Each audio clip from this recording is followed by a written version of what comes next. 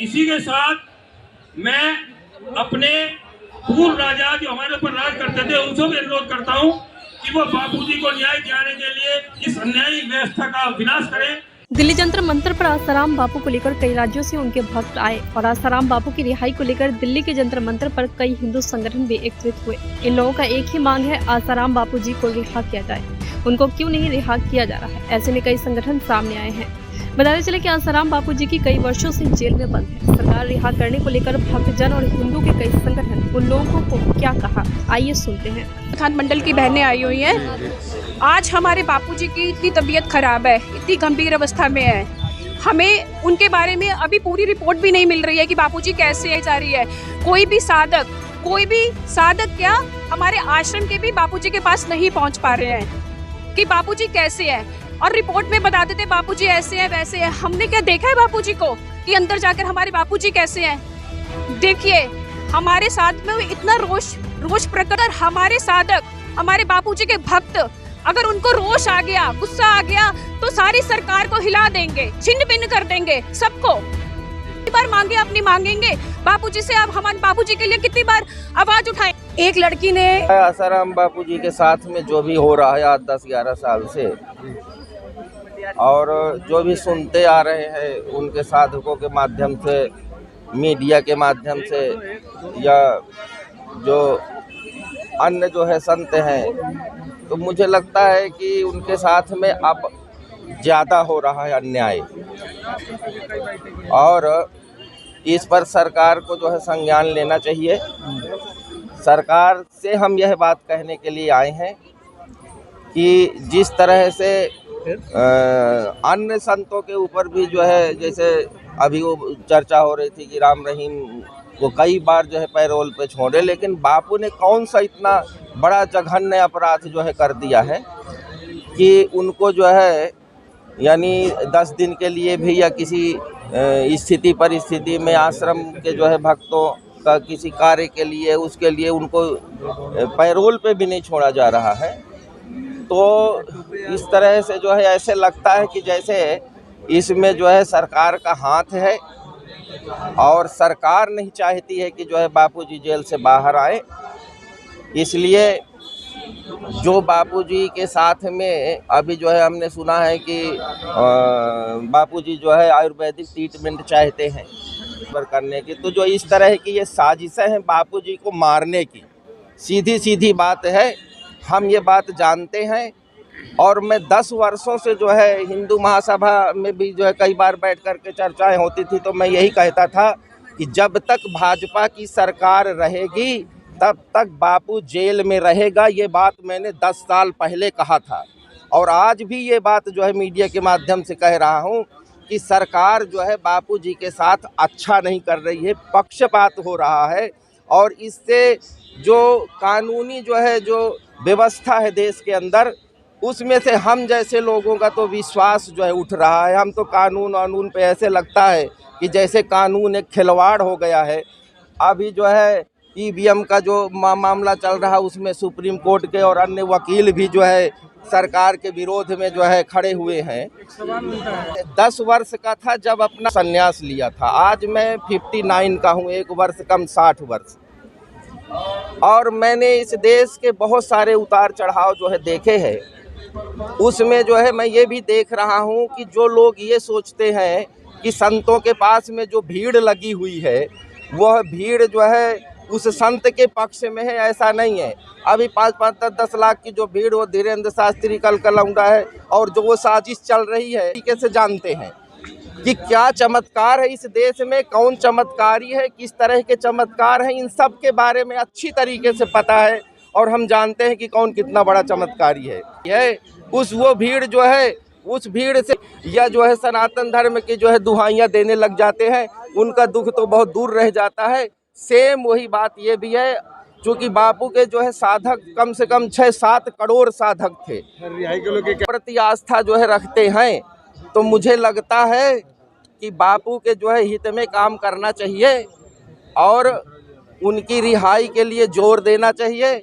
सभी भक्तों को जो है सामने खड़ा होना चाहिए, बस इतना ही कहना। भारत भर से अलग अलग राज्यों से बापूजी के शिष्य आए हुए हैं, और उनके सहयोग में अखिल भारत हिंदू महासभा के राष्ट्रीय अध्यक्ष मुन्ना शर्मा जी, राष्ट्रीय अध्यक्ष मुकेश जैन, रागिनी तिवारी जी, पावर पार्टी के राष्ट्रीय अध्यक्ष तिवारी जी गुजरात से यहाँ आए हुए, अहमदाबाद से यहाँ आए हुए आज बापूजी के लिए, और राष्ट्रीय महासचिव मिश्रा जी वो भी अयोध्या से आए हुए हैं। वैसे बहुत सारे साधु संत और बहुत सारे राजनीतिक दल, एकम सनातन दल के लोग कश्मीर से भी आए हुए हैं।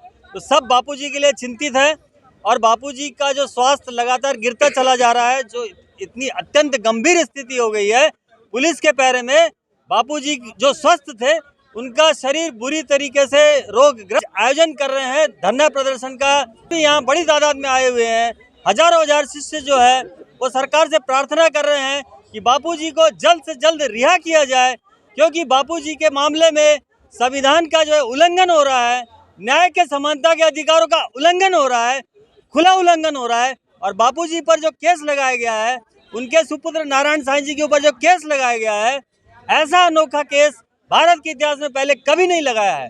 ये न्यायाधीशों के ऊपर एक गंभीर प्रश्न है कि उन्होंने ऐसे केस को कैसे स्वीकार कर लिया।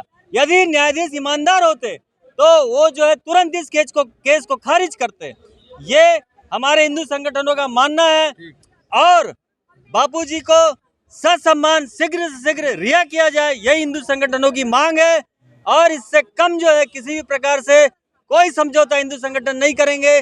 और ये न्यायाधीश जो है जो बापूजी के साथ अन्याय, मतलब करोड़ों हिंदू जनता के साथ अन्याय, इस अन्याय को बर्दाश्त नहीं करेंगे। बापूजी को रिहा करो। और हमें जो आज बापूजी के लिए जो दर्द है ना, वो हम बयान नहीं कर सकते। 11 साल हो गए हैं, अरे सरकार की आंखें फूटी है और हमें तो अब सरकार से और कानून से हमारी तो बिल्कुल ही विश्वास हमारा उठ गया है। क्योंकि पहले तो सुना था कि आंखों में पट्टी बंदी, अब तो बहरी और गूंगी भी हो गई है सरकार। एक सरकार ने हमारे बापू को अंदर किया, दूसरी ने सजा दी। हमने जिसको बिठाया, जिसने बापूजी से आशीर्वाद लेकर के जो गद्दी पे बैठे थे, आज वही सारे नकारत कर रहे हैं। वो बापूजी को अंदर करा रहे, इतना अत्याचार हो रहा है हिंदुओं के ऊपर। हम यही संदेश देना चाहते हैं कि हमारे बापूजी को जल्द से जल्द रिहा किया जाए। हमारे बापूजी का स्वास्थ्य इतना गलत खराब हो रहा है, हम लोगों को सब छूट गया, बाकी सरकार को नहीं दिख रही है। चलो कुछ भी है, कुछ लोगों से गलतियां हो रही तो क्यों जाने, बाकी बापूजी को सब जानते हैं। जो मोदी सरकार क्या करती है, जो आज का असरवाद से जाकर बैठी है, वो आज वो भस्मासुर बन के बैठी है। उनको दिखाई नहीं दे रहा बापूजी की क्या इच्छा वो है, मतलब तबीयत कैसी है उनकी। अनिल जी, जगह जगह ये एक टेलर है जो आपको दिल्ली जंतर मंतर पर दिखाई दे रहा है। पुलिस ने परमिशन नहीं दी, इसलिए 200 लोग की परमिशन हमको मिली। यहाँ 20,000 से लेकर 50,000 लोग आ जाने थे, किंतु सरकार का कानून था, तकाजा था। उन्होंने हमको बोला कि 200 से लोग ज़्यादा लोग को आपको नहीं लाना है, अन्यथा हम आपको परमिशन नहीं देंगे। हमने कहा कोई बात नहीं, छोटा प्रदर्शन हो जाते दीजिए। आज सभी बापू के भक्त बड़े रोष में हैं। हमें उम्मीद थी कि 26 जनवरी को बापूजी को और दारा सिंह जी को छोड़ा जाएगा, किंतु नहीं छोड़े गए। आज सरकार को चेताने आए हैं, न्यायाधीशों को चेताने आए हैं कि सुधर जाओ, हिंदुत्व से मत टकराओ, बापूजी को रिहा करो। और यदि बापूजी को हम 15 दिन का वक्त देते हैं अब इनको, यदि 15 दिन में बापूजी को रिहा नहीं किया तो दिल्ली की सड़कों पर हरिओम का जाप होगा। और हमारे जो हरिओम के जाप करने वाले बापूजी के भक्त हैं, वो सड़कों पर बैठकर लगातार हरिओम का जाप करेंगे। दिल्ली के 100 चौराहे पर इस तरह का जाप होगा। और हमारे जो साधक हैं, भक्त हैं, पुलिस उनको भले ही जबरदस्ती उठाए उठ जाएंगे, किंतु डंडे खाएंगे। हर तरह से हम तैयार हैं, किंतु हम सड़कों को नहीं छोड़ेंगे, हरिओम का जप नहीं छोड़ेंगे। और बापूजी को हर हालत में हम रिहा करवा कर मानेंगे। बापूजी को हर हालत में रिहा कराना है, बस हमारी यही कहना है। तो दोनों से ही है। आप इधर आ जाओ, इनको देखिए। मैं आपको एक बात और बताना भूल गया था कि क्योंकि मैं इन देशद्रोही जजों के खिलाफ बोलता था, मुझे 8 पुलिस के जवान मेरे घर से 8 जुलाई 2020 को गिरफ्तार करके ले गए। इनका षड्यंत्र देखो जजों का। उससे पहले इन्होंने मुझ पर जब इनके खिलाफ खड़ा हुआ तो सुप्रीम कोर्ट में मेरे पर दीपक मिश्रा ने बहुत जबरदस्त हमला किया, बहुत जबरदस्त मेरी पिटाई की इन्होंने सुप्रीम कोर्ट के अंदर, और आज तक उनको गिरफ्तार नहीं किया। सर ये तो सारे के सारे 8 के 8 पुलिस के जवान इधर उधर तितर बितर हो गए। मैं देखता हूँ कि मेरे चारों तरफ तो कोई है ही नहीं, मैं तो भाग सकता हूँ 10 मिनट बाद। जब मैं, किंतु मैंने क्योंकि खादी पहनी हुई थी इसलिए भागा नहीं। 10 मिनट बाद उनका एसपी एक था सुधांशु मिश्रा, जो दीपक मिश्रा का सगा भतीजा है, वो आकर उनको फटकारता है, तुम इसको छोड़कर इधर उधर चले गए, ये भाग जाता। मैं कुछ समझा नहीं। जेल में जब मैं गया तो 15 दिन बाद मेरे बेटे ने मुझे बताया कि हमारा प्यारा कुत्ता शेरू मर गया है, और वो रोने लगा। तब जेल ने कहा जैन साहब पर तो मृत्यु का संकट है। मैंने फिर जब चार्जशीट देखी तो मेरे ऊपर एक गाली देने के ऊपर इन्होंने IT एक्ट की धारा 66 टाइप लगाई तक की, जो आतंकवादियों को होती है। CRPC धारा 46-43 कहती है कि पुलिस की अभिरक्षा से यदि कोई व्यक्ति भागता है तो पुलिस को गोली नहीं मार सकती जब तक कि उसके खिलाफ कोई ऐसी धारा न लगी हो जो उसको आजीवन कारावास की धारा हो। ये लोग साधारण लोग नहीं है, ये आतंकवाद, क्योंकि मैं इनके पहचान गया हूँ कि आतंकवाद समझ चुका है। आज वो सैनिक भी समझ चुके हैं जो नक्सलवादियों में शहीद हुए हैं। आज उनके घर वाले भी बदला लेना चाहते हैं, वो देखना चाहते हैं कौन इनके पीछे है। तो ये लोग साधारण लोग नहीं है, ये पूरा देशद्रोहियों का गिरोह बैठा हुआ है। ये कानून नहीं चल रहा है। कानून चलता, मेरे ऊपर एक अपराध में 4 मुकदमे दिए गए हैं, एक अपराध में 1 मुकदमा दे सकते हैं, किंतु supreme court, high court, lower court सब चुप बैठे हैं। याचिका लगा कर मैं परेशान हो गया हूँ। अभी 9 अक्टूबर को मैंने सुप्रीम कोर्ट में याचिका लगाई, किंतु सुनवाई नहीं करेंगे। तीस्ता शीतलवाड़ी की सुनवाई 1 घंटे पे करेंगे। ये पूरा देशद्रोहियों का गिरोह बैठा है, और इस गिरोह को जब तक मैं ध्वस्त नहीं करूंगा तब तक मैं चैन से बैठूंगा। सवाल है कि राम रहीम को लगातार जिस तरीके से पैरों उन अंग्रेजी ताकतों के खिलाफ बैठे हैं जो ईसाईयत का प्रचार, बापू ने खुद बोला कि मुझे जेल में भिजवाने वाली धर्मांतरणकारी ताकतें सोनिया गांधी है। ये सब वो ईसाई ताकतें हैं जो इस देश में फल फूल रही हैं। किसकी छाया में? सुप्रीम कोर्ट के जजों की छाया में। ये सब जो चल रहा है ना, खिलवाड़ चल रहा है, कानून से खिलवाड़ चल रहा है। बापूजी कानून के कारण जेल में बंद नहीं है। न्यायाधीशों की हठधर्मिता कानून से खिलवाड़ के कारण जेल में बंद है। कानून कोई बापू को नहीं छोड़ सकता। कानून के असर है तीस्ता शीतलवाड़ के लिए अलग कानून है, मुकेश जैन के लिए अलग कानून है, आतंकवादियों के लिए अलग कानून है। ये दोनों संत चंचूट में जाकर सवाल करो ना, वो सवाल का जवाब कभी नहीं दे सकता, वो आप लोग फटकने भी देगा। ये सवाल आप मुझसे पूछिए, ये सवाल चंचूट के लिए है। जो राम रही को ये सवाल अमित शाह के लिए है। एक 86 साल के, देखिए मैं एक बार बताना चाहता हूँ, बापूजी के साथ बापूजी ने हमको बुलाया था गिरफ्तारी से 6-8 महीने पहले। उन्होंने कहा था कि मोदी से हमारी कुछ खटपट है। वो नारायण साई को गांधीनगर से यहाँ पर आ रहे थे, उनसे मिलने के लिए अहमदाबाद आ रहे थे, आश्रम आ रहे थे, किंतु मैं उनसे नहीं मिला। आप इनका समाधान करो। जयवान गोयल जी थे, हिंदू महासभा राष्ट्रीय चंद्र प्रकाश कौशिक जी थे, किंतु खटपट ये नहीं थी, खटपट और कुछ बड़ी थी।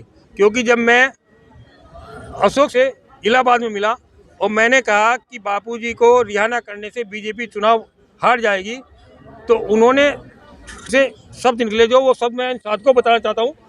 उनके मुझे शब्द निकले कि बीजेपी नहीं हारेंगे। ने क्या मोदी के साथ सही किया है, कोई बड़ी बात है। और मैं मोदी जी से अनुरोध करता हूँ आप लोगों के माध्यम से, यदि कोई गलती हमसे हुई उसके लिए हम क्षमा चाहते हैं। आप हमारे बापूजी को रिहा करो, हमारे पिता हैं, और 10 साल का कोई गलती है उसके लिए 10 साल का कम नहीं होते। आप विद्वान हैं, इस देश का पूरा हिंदुत्व आपको मानता है, राम मंदिर आपने बनाया, और बापूजी को रिहा करके आप, यदि कोई गांठ है, कोई फांस है, उस चुपती फांस को